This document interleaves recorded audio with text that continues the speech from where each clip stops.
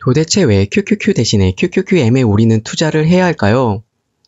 그 이유는 크게 두 가지가 있습니다. 먼저 QQQ와 QQQM의 상관계수를 보게 되면 놀랍게도 1.0으로 완전히 일치하는 것을 알 수가 있습니다. 상관계수가 1에 가까울수록 우리는 동일한 ETF라고 보고 있습니다. 그렇다면 왜 QQQ와 QQQM은 사실상 차이가 없는데도 굳이 저는 QQQM에 투자를 하려고 하는 걸까요?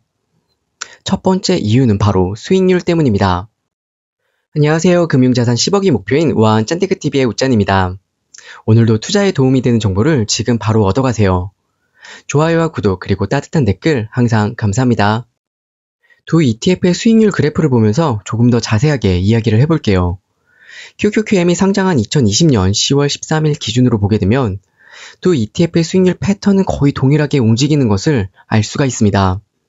하지만 더 정밀하게 보면 아주 미세하게 수익률의 차이가 보이기 시작하는데요. QQQ의 토탈 리턴 수익률은 99.04%인데 QQQM은 99.63%로 둘 사이의 수익률은 약 0.6% 차이를 보여주고 있습니다. 동일한 포트폴리오에 동일한 운용사까지. 근데 왜 수익률은 다를까요? 그 이유는 바로 수수료에서 그 차이를 찾을 수가 있습니다. QQQ의 수수료는 0.2%, QQQM은 0.15%로 QQQM이 0.05% 더 낮은데요. 이 미세한 0.05% 차이가 시간이 지나면 지날수록 수익률의 격차를 더욱 크게 벌어지게 만드는 것이죠. 1개월과 3개월, 그리고 1년, 3년에 따라서 누적 수익률이 어떻게 달라지는지를 보게 되면 더욱 선명하게 그 차이를 느낄 수가 있는데요. 1개월일 때 1.43%로 동일하지만 3개월이 지나면서 0.01%의 미세한 차이가 발생하게 됩니다. 그리고 1년이 지나게 되면 0.08% 차이가, 3년이 지나면 0.1%까지 수익률의 차이가 증가하는 것을 볼 수가 있습니다. 이렇게 두 ETF의 상관관계가 완전히 일치할 경우에는 당연히 수수료가 낮은 ETF를 선택하는 것이 장기적으로 훨씬 더 유리합니다. 그럼 매월 1억 원을 QQQ와 QQQM에 꾸준하게 투자를 했을 때 시간이 흐를수록 얼마나 큰 차이가 나는지 확인을 해봤습니다. 3년간 연평균 수익률을 QQQ는 20.91%, QQQM은 21.01%로 가정했을 때 사실 처음에는 그렇게 큰 차이가 나지는 않습니다.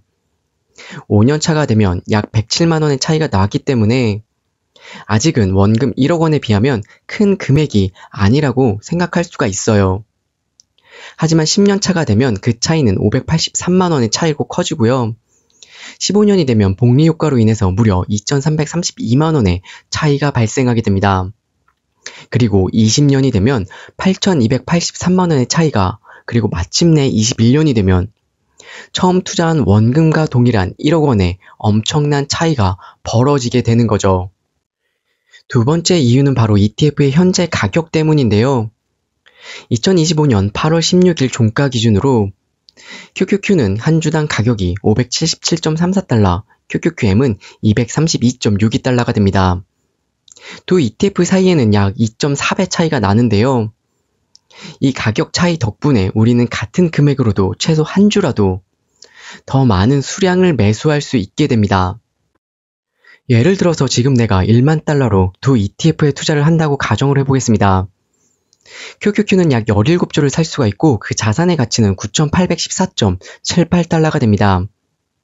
반면에 QQQM은 약 42주를 살 수가 있고 그 자산의 가치는 9,981.30달러가 되죠.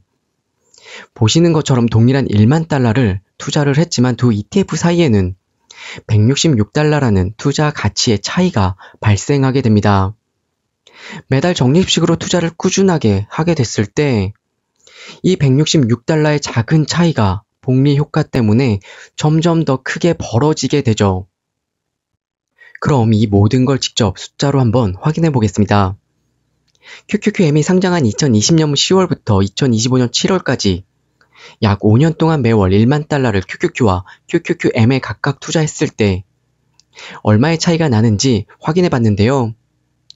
최종 금액을 보면 QQQ는 87만 3,047달러, QQQM은 87만 3,519달러로 두 ETF의 최종 자산에는 472달러 차이가 발생하게 됩니다. 이 차이가 사실 그리 크게 느껴지지 않을 수도 있습니다. 하지만 만약 투자금이 1만 달러가 아니라 10만 달러가 된다면 그 차이는 무려 4,720달러까지 벌어지게 되죠. 이렇게 작은 0.05%의 수수료의 차이가 시간이 지나면서 점점 더 커진다는 것을 알 수가 있습니다. 물론 QQQ가 QQQM에 비해서 무조건 나쁜 점만 있는 것은 아닙니다. 투자의 안정성을 나타내는 순자산 가치를 보게 되면 QQQ의 강력한 장점을 볼 수가 있는데요. QQQ의 순자산 가치는 무려 3,717.62억 달러, 우리 돈으로 502조 원이나 되죠. 반면에 QQQM은 584.33억 달러로 약 81조 원으로 비교도 안 되게 많은 차이를 나타냅니다. QQQ의 순자산 규모가 QQQM보다 약 6배나 더 크다는 것을 확인할 수 있습니다. 물론 QQQM의 순자산 가치도 하나로 81조 원이라 되니까 절대로 작다고 볼 수만은 없습니다. 하지만 절대적인 안정성 면에서는 QQQ가 여전히 압도적이라고 할 수가 있습니다. 거래 대금에서도 QQQ는 압도적인 차이를 보여주고 있습니다. 하루 평균 거래량을 비교해보면 QQQ는 4,467만 주, QQQM은 286만 주로 QQQ가 훨씬 더 활발하게 거래되고 있음을 알 수가 있는데요. 막대한 거래량은 QQQ가 그만큼 시장에서 유동성이 풍부하고 우리가 편하게 사고 팔 수 있다는 것을 의미하죠.